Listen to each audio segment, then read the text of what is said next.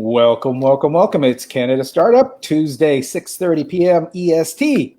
And today we have a special guest, Sueanne Pacheco. Hello, Sueanne. Hi, Dave. Hi. How are you? Very good. And Bill Wilson, how are you doing today, Bill?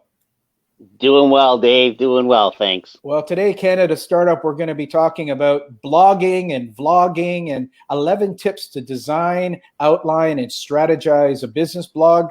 Something that, Bill, you've been expressing some interest in it, and something that Yes. Sueanne has, I believe, a few years, if not even a decade, of experience in this topic.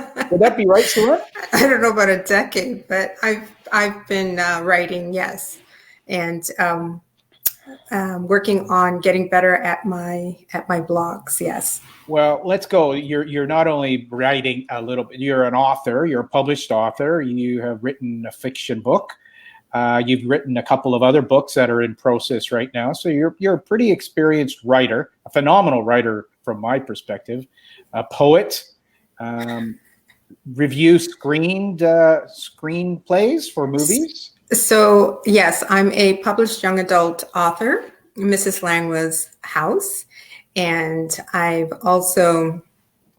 been using some of my skills to review some screenplays. I'm volunteering actually, and gaining some experience through that particular genre and format.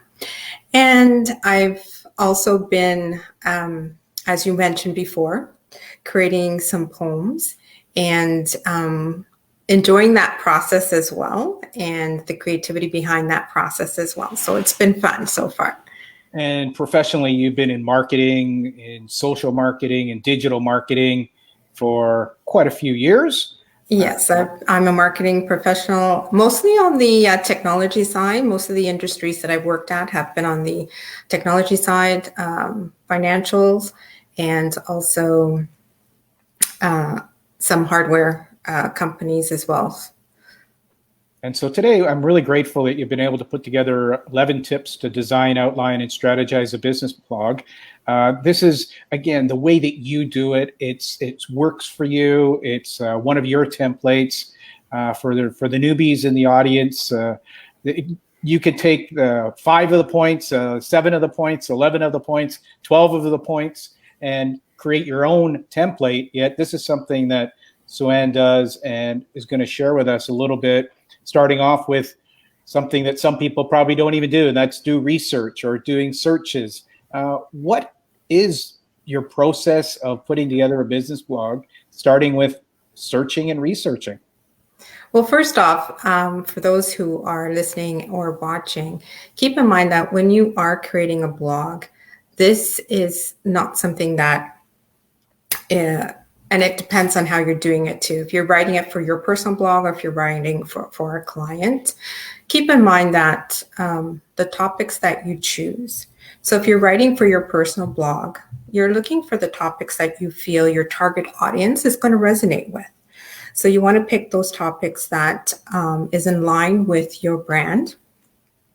And so when you're doing your research, look at what other topics are out there, other blogs that are out there. Read them, go through them, see what resonates with you, and see whether or not those are resonating with your audience as well. And are there pieces in there, or are there pieces of the content in there that aligns with the topic or the brand that you are building? And so take your time with the research. Don't feel like, I know some people are able to put up blogs, on a weekly basis or a monthly basis and so forth. But if you're just starting out, be patient with yourself and really take the time to flesh out what your topics are. Write out 5 topics and then pick one that you want to focus on and then go from there. And look for those other blogs that you follow or the writers that you admire, and see what content they're putting together for their blogs as part of your research. I like the idea there is that to do research of people that might be in your genre, people you admire, and then go and start writing your own take of it, or your it might be a topic yet you look at it differently, or you're targeting your target market a little differently. Well, it's not just necessarily differently. It's how can you make it or improve upon it? Or what is that perspective that you want to communicate with your target audience? You may have a certain way of communicating with your target audience. And so how can you take that topic and put it in the written form that also still resonates with them? Any thoughts on that one, Bill? Well, I like this. I mean, I think, finding new perspectives and new ways, something to improve. I think that I like that point. That's something definitely in pretty much any topic you research, you can do with that. I almost visualize you could have 3 or 4 different topics and start collecting and collating information, doing a little cut and paste, and having 3 files that you can be working on, and then decide to focus on one. And then you something you do that, again, most people probably don't do. It's to start looking for primary and secondary words. What's all that about? This is related to SEO. I'm not an SEO expert. This is like a big minefield here. However, as you start to write with your blogs, because with Google, what you're looking to do is to drive traffic. And that's the whole idea behind primary keywords and secondary keywords. And so when you've picked your topic, essentially that word is going to most likely become your primary keyword. And so you want to ensure that that primary keyword is in your headline of your blog. And you also want it to be in the body of your blog. And also with your secondary keywords, this is part of also what we started with research. Because as you start looking at other content and finding out who your experts are that you want to get information from, you also want to ensure that those secondary keywords that you feel and that you want to test, because remember, you're also testing here, that you feel will resonate in terms of, and think about it this way, primary and secondary keywords, you're putting them in based on how you think your target audience is searching. So are these the words that they're putting into Google when they're searching for that particular topic? And that's also part of your research. If you kind of do a search and see which of these topical words are getting significant hits. And if you see that they are, then likely, yeah, maybe, you know what, this is a strong keyword to work with. And then from there, you can start making a list. Make a list of all those secondary keywords. And when we talk about secondary keywords, keep in mind, it could also be phrases, not just single words. And so you want to ensure that you start building a list, and then as time and as you start getting stronger and better with your writing and so forth, you've got a list of primary and secondary keywords that you have as sort of like a library. And then you can often start testing with those words, see, what's resonating. You may put out a blog with this particular topical word, primary keyword, and it may not be getting the traction that you may be looking for. So that could be an indicator. Okay, maybe that is not how your target is using that word to search. And maybe you can start thinking of another word that you can, because blogs, keep in mind, once you've written it, you can still go back and update it. You can make subtle changes to the blogs. But you don't want to make such a drastic change that it reads like a different blog, but you can make subtle changes to your blog. And you go from there. Very good. And number 3, actually, with that last point, you can make subtle changes. There's people who write 20 blogs and then they make it into a little book. It could be an ebook. It could be a full book. And so this repositioning or reproductizing is something that your first blog could launch you into writing your book. So, sorry, go ahead. Yeah, so when you're thinking about writer's tone, so this goes back to when you're building your brand. And so part of building your brand, and I'm going to diverge a little bit here, you tend to, one of the key things to remember is to build a style guide. And within your style guide is your brand voice, the tone of voice. And so you want to ensure that that tone of voice is also consistent in the blogs that you're writing. So essentially, you want to ensure that, yes, you've picked a topic, but you want to ensure that the tone of voice is consistent. So, for example, if you're writing about hockey and your tone of voice is very loose, it's fun, it's a bit cheeky, then you want that to also be communicated in the blogs that you're writing for, if that is if that is what resonates with your target audience. If, for example, you are, your service is you offer adventure tours.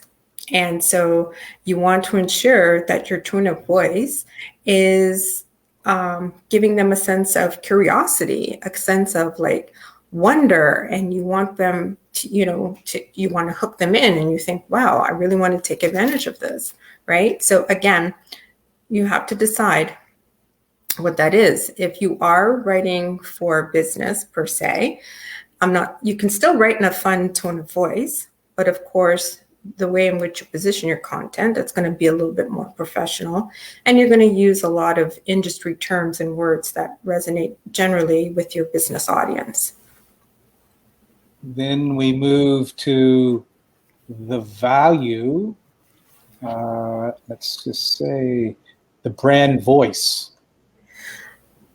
So think about this in what I was just going to say about the brand voice, but also think about it in terms of what is your style, and think of it also how you're communicating that brand voice.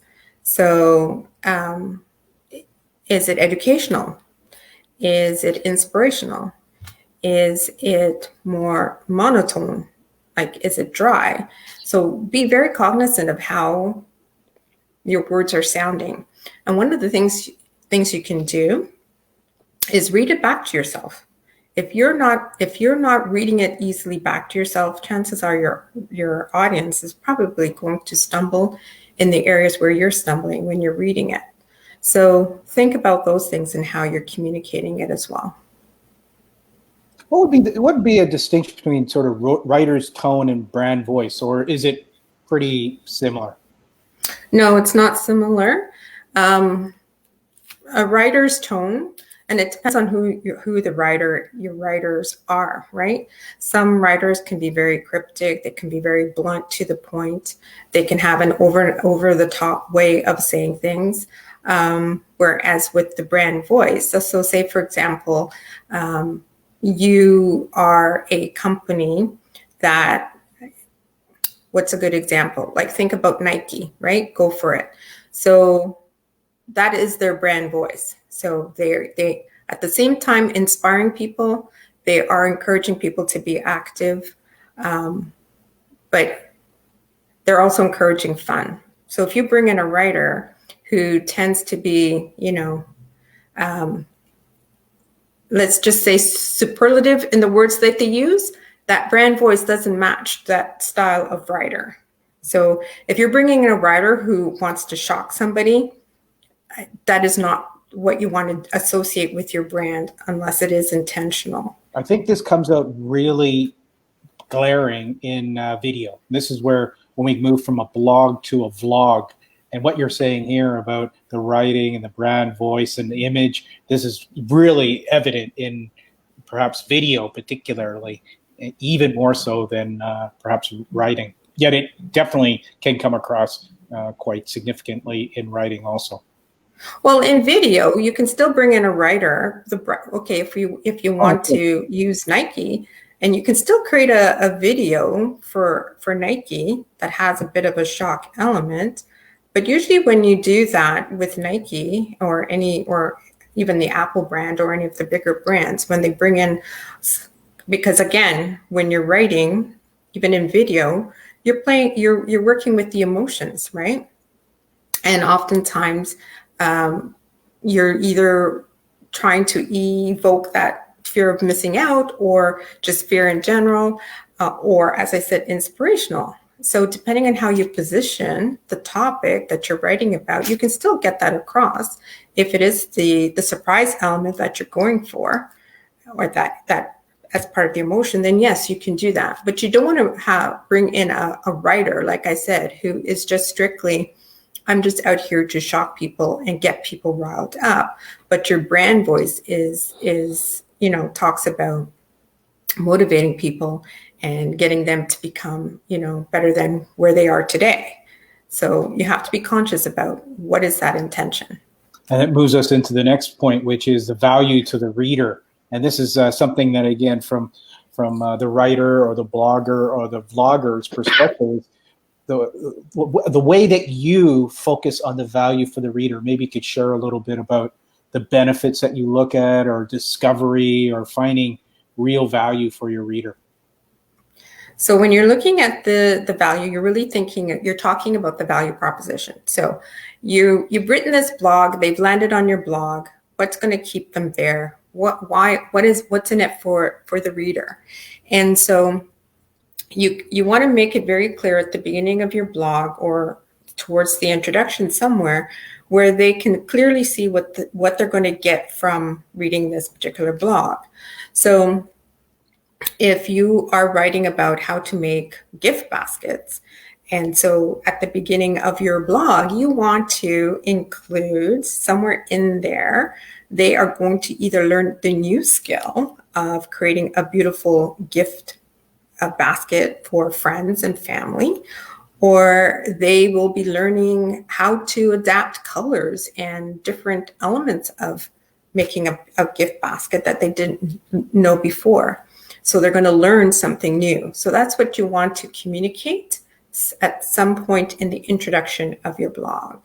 So what are they going to get from reading this? And you have to ensure that the information that you provide, whether it's educational or instructional or step-by-step, that it fulfills that. Any questions on value to reader, Bill? I guess going with what the reader's going to find, is that a point where you would do like a call to action, or you just want to sort of get it in with like the first few sentences? Hey, if you read this, you're going to learn this. So yeah, call to action is completely different. Okay. What you want to do is basically set what it is they're going to learn by reading your particular blog. And you can state it in various ways. As I said, if this is something where you're going to actually give them step-by-step instruction, then, you can say, by reading these next 5 steps, or even like this video, for example, that we're doing 11 design tips, right? So they're going to take away 11 tips on how they can approach their blog writing.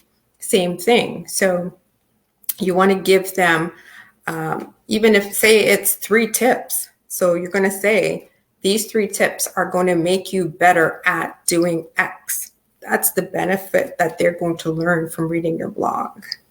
Well, the one that really got me when I saw your blog was the images and the amount of time you put into finding the right image, searching for the image, and it really just wowed me to see your blog. And we're going to put a link to your latest blog on feng shui, designing houses, and so what's your recipe or secret strategy, or why are images so important in a blog or a vlog? Images are important because one, the emotions that you want to convey. Number 2, you want to ensure that it aligns with the topic that you're writing about. So you don't, like, for example, you don't want to be writing about hockey, but you've got baseball images. You just don't want to confuse your readers. And at the same time, you can use, images that that evoke curiosity, but you also have to remember that it aligns with the content that you're reading about, because you don't want an image that evokes so much curiosity that it almost juxtaposes what you're writing about, because you don't want the image to take away, but you want the image to work with the content that you're writing about. And it does take time. And again, like when you pick a topic, think about at some point as you're doing your research, those images also start to kind of formulate, and you're going to kind of get a feel like, you know what, maybe this might work. And then as you get into looking at different images, again, build up a collection of images. You're not going to use all of them. You're going to use the one that you feel really strongly aligns with what you've written, and those are the ones that you're going to end up using.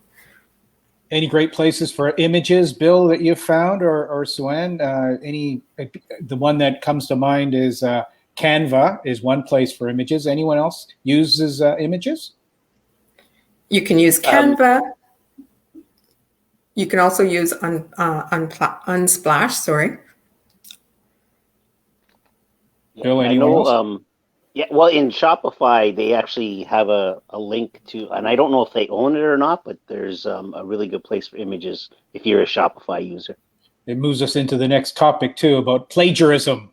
This is your warning, Sueanne, is watching plagiarism and just copying people's stuff without acknowledging them. What else would you want to share? Yeah, I think it has to be said, because you don't want to be taking things and passing it off as your own. So when you're doing images, do give credit to the photographers that have created the images, where it's available and where you've downloaded it. Or if you've downloaded from a particular website, give credit to the website where you've downloaded it. Also, when you're doing your research, it's really important not to just copy and paste. Keep in mind that you're a writer, so be creative.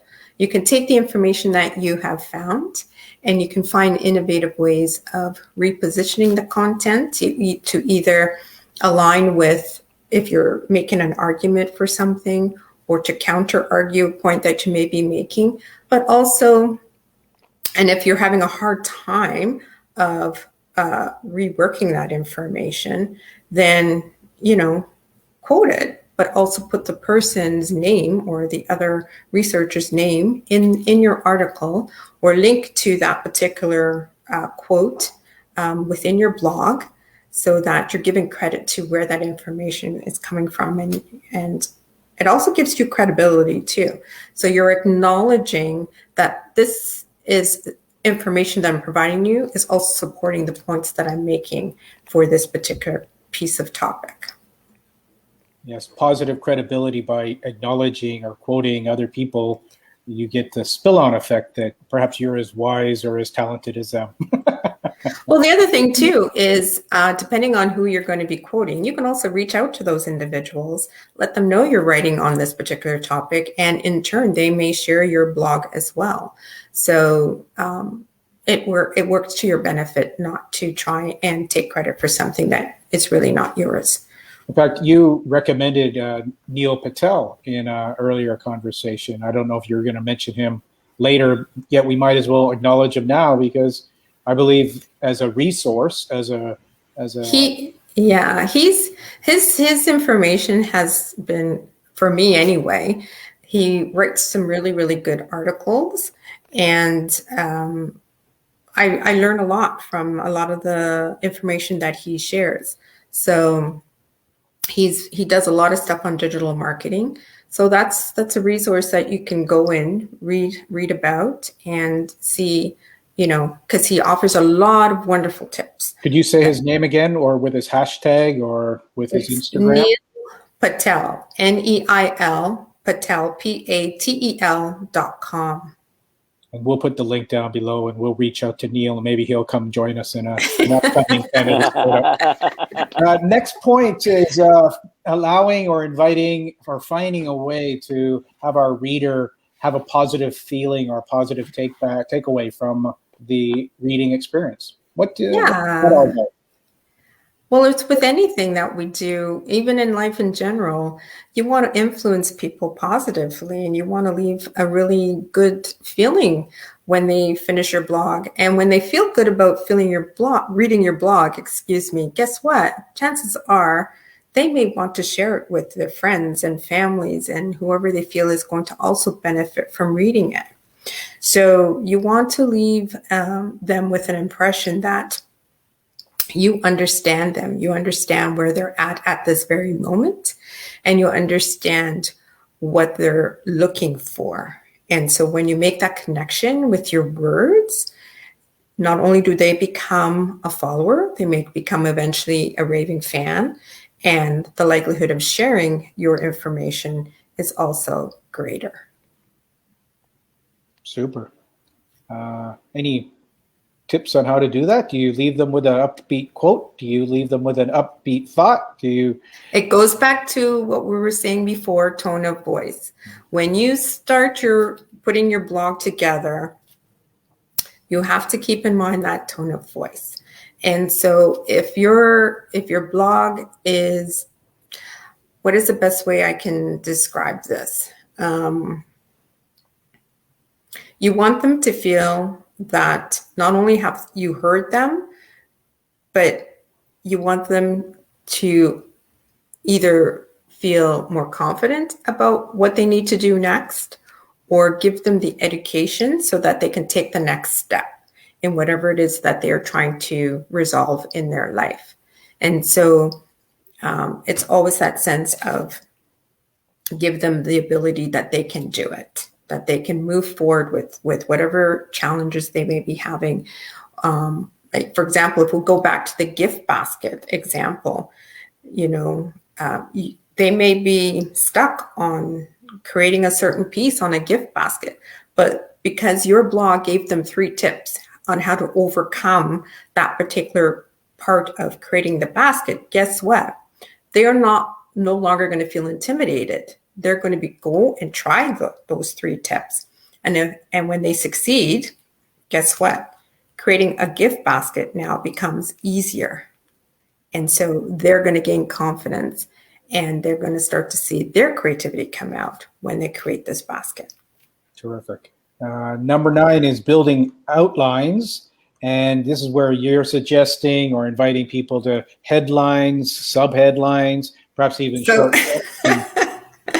So I know we went through all those steps, but guess what? All those steps that we went through and talked about are all the things you have to do before you even begin to write. That's all part of building out your blog. I know it seems like a lot, but to be honest, when you do all those steps prior to, the writing part becomes a little bit easier. So when we get to build the outline process, basically what you're doing is you're taking all of that research that you've done, the images, your headlines, your keywords, and even your topic itself, like how you're going to formulate your views and everything else. And then you're going to start to outline it. Just think about how you would do it if you were, I dare say, an essay, but sort of similar. You're going to, at the top of your page, put 2 or 3 headlines. Remember, this is not baked, just 2 or 3 headlines that you are playing with. Then you're going to put some bullet points, like what is the body of your blog going to be about? Same thing for your subheadlines. You write your subheadline, put a couple of bullet points in terms of what's going to support that subheadline. And you just keep going through. And then as you get towards the end of your blog, to your question that you had earlier, Bill, you talked about the call to action. So the call to action is really a summary, and you're giving your readers something to do after they've read your blog. And it's not always necessarily share this or comment this. It's something that you want them to do after they've read the blog. And so it's oftentimes you'll kind of finish the blog, but you don't give them something to do. So your call to action is either download this checklist or download this PDF. Or if you're interested in learning more, click on this blog. So you want them to do something after they've read your particular blog towards the end. Once you've got those all outlined, and remember, this is still all rough draft, then you can actually begin the process of writing. Because what this does and what it's teaching you to do is to organize your ideas and your thoughts and your flow. Because if you're starting off like you're just jumping into it, you might end up kind of writing all over the place, whereas this kind of gives you a flow, and you can always go back and change the flow. But this kind of gives you an overview, and it's sort of like your headline is the top piece. If you think of a sandwich, your headline is the top piece, and then you've got your middle with all your sub headlines. So that's where your lettuce, your tomato, and all the other good stuff are in between. And then your call to action is like the bottom of the sandwich, right? So think of it sort of like that. If you've got too much in the middle, you can always take out. But if you don't have anything at the end, it's not a full sandwich. So think of it that way as well. And then once you feel that you're comfortable with your outline, start writing. You can use Word, Google Drive. You can use whatever, writing platform you're comfortable with. But you've got now your outline, and you can follow that. And you can be as creative as you want. And number 10, you have shared with us, make sure it's easy to read. And you've got a little way to time frame it for people. What is an easy to read blog? What length of time?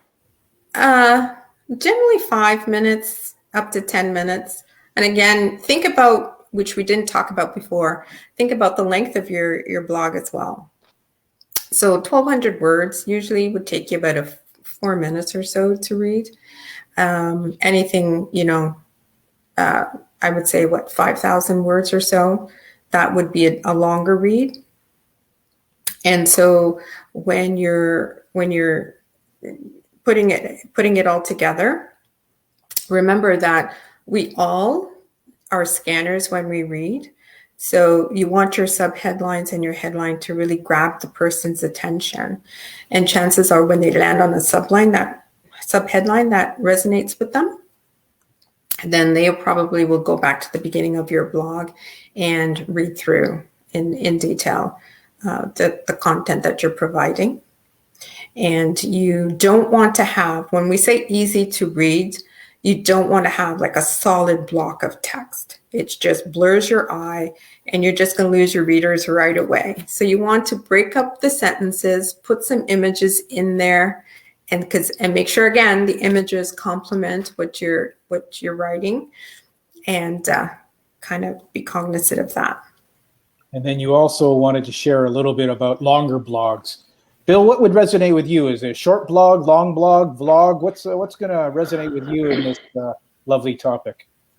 Well, I think for me, it depends on what topic I'm reading about. If it's something that I'm just learning about, it would probably be a shorter blog just to give me, the baby steps to get used to it. If it's something that I'm extremely interested in, I would be interested in maybe reading a longer blog. And then the medium one would probably be more like general interest in that sort of thing. So one thing to remember when you're doing your blogs, if it is going to be a longer blog and if it's got a lot of meaty information, is think about it in terms of table of contents. How can you break it up so that you are feeding bite-sized information to your readers? So think about when you're breaking it up into different chapters or sections, how are they linking to that section? Are they linking to another page that that is a continuation of your topic? Are you anchoring within the blog? And if so, how are you organizing it when it's being anchored? So again, try to keep the information in terms of reminder, easy to read, but if you are having them to link to another page, make sure you're following the same format. Your headlines, your subheadlines, a good mix of images, and it also has to flow. So when we think about your outline And if you are going down the path of a longer blog and you are going to do a table of contents, break it out, right at the very top, intro, chapter 1, chapter 2, chapter 3, chapter 4. And then you're going to say, chapter 1, what is all the components of chapter 1? Chapter 2, what are all the components of chapter 2? And etc. So follow your outline, and then it becomes a lot easier. The other thing to remember as well is go easy and be kind to yourself. This is a process. As you keep writing and as you keep practicing, things do flow up much better and will feel more comfortable for you. So those are the 11 tips. And then we have this bonus tip, which is all about design strategy around blogs, which I believe has been representative of the way you do it, because we're going to put the link of your latest blog as have fun, to learn. One of favorite words of Bill is to experiment, to grow. Bill, when you think of designing and strategizing about a blog, what might be a question or a thought that we would be infusing into the bonus section here now on assisting with any other design or strategy around the blog? I think as somebody that might be new to blogging, Sueanne, when you were talking about all the research and doing everything at the beginning, what would you recommend for somebody starting out to, like, for when to publish the blog, like how many, weekly, daily, whatever. But then the other part of that is, how many blogs would you recommend creating first before you start to actually publish them? So, number one, start with your topics. So if you're going to be writing about one particular thing, let's go back to the baskets. One of your first topics could be the type of baskets to use. The next topic could be the type of elements you put in the basket. The third topic could be colors. The fourth topic could be how to assemble them. So think about all those different topics. So say now you've got 4 topics, right? And you follow this process in terms of creating the information and the content. Then you, as the writer and the owner, if this is for your own personal blog, you will have to make that determination of the frequency. Do you want this to be posted once a month? Do you want them to be posted every 2 weeks? And so that is how you will end up determining the frequency in which you want to post your blogs. And you yourself would know how much time you can devote to writing your content, right? And so if you feel, as a way of starting, that once per month to post, and that is a good frequency for you to go with, then start with once a month. As you become more comfortable and as your topics start to expand, you can move to a shorter time frame of posting 2 times per month. And then again, as your content starts to expand, you can go to 3 times per month. But you have to manage what you know you can do from a writing and research perspective. If this is for your personal blog and you're doing all those other things as an entrepreneur with the sales and bringing products in and accounting and all of that, how much time are you dedicating to writing and doing this research? And that will give you a determination of how often you can post. If you can only post, every 2 months or every quarter, then do that. There is no set amount of when you need to post. And But so go ahead. Oh, I was just wondering, the main thing, though, I guess from what you're saying, is consistency. Like, don't post one and then not post for 6 months and then post one a week later, that sort of thing. I mean, that's not going to help with, on a bundle of different levels, I guess, credibility, and then also with the search engines. Yes. And also think about, again, like I said, the amount of time that you can devote to it as well, right? And then you go from there. So you have to make a determination. If you have somebody who's writing for you, maybe that frequency, you'll have to come to an agreement with the writer that you're working with to see what's feasible. If you're working with an external writer to help you create the blogs. Gotcha. Well, thank you very much for 11 tips to design, outline, and strategize a blog. Very insightful, very thorough, incredible organization. Do you have any last sort of words or suggestions, Sueanne, or any final questions, Bill? I have one final question. When people are doing the blogs, you know, we were talking about the longer blogs and stuff like that. Have you ever seen any cases where somebody will have like a short blog and that's more for everyday use, but then the people, they have a link and they do a second blog for the real keeners, you know, that want to look up every little bit of information this person has. So you have maybe your basic blog is like that 4-minute read, but you do something special and it's like a 15-minute read.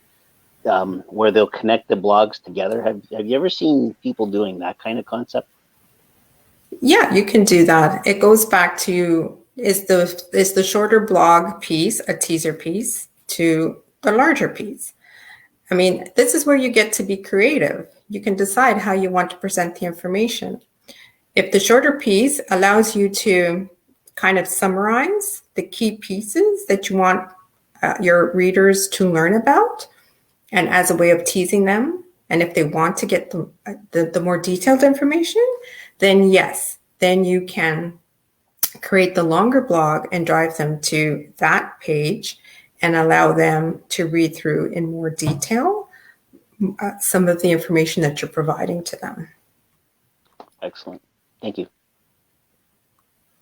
Well, thank you so very much, Sueanne. I really appreciate your time and your experience and your input today. Is there any last comment or uplifting message to people who are considering blogging here today at Canada Startup? I'd like to thank you from Canada Startup. This will also be viewed on Lead Pedal Radio and also on Continual Shift on YouTube. Any last thoughts or wishes? Have fun with this. And be easy with yourself. It's a process, and the more you keep doing it, the more you will get better and actually enjoy writing. So take it one step at a time. It is a process, and if you've got, the ability to really weave words together and tell the story, and really inspire others, then don't give up. Just keep at it. Keep writing. Thank you so very much, Bill. Last word. Just thank you very much, Sueanne. This was great. Thank you. And wishing everybody a fantastic week. We also want to say thank you to Jacqueline for suggesting this, and really, really happy for your input and thoughts, and definitely look forward to continuing to grow, to share information, and to contribute to not only our domestic market here in Canada, yet to all of our friends around the globe. Thank you very much, everyone, and have a great August as we Thank you, Dave. Thank you, Bill. Thanks very much. Thanks, everybody. Thank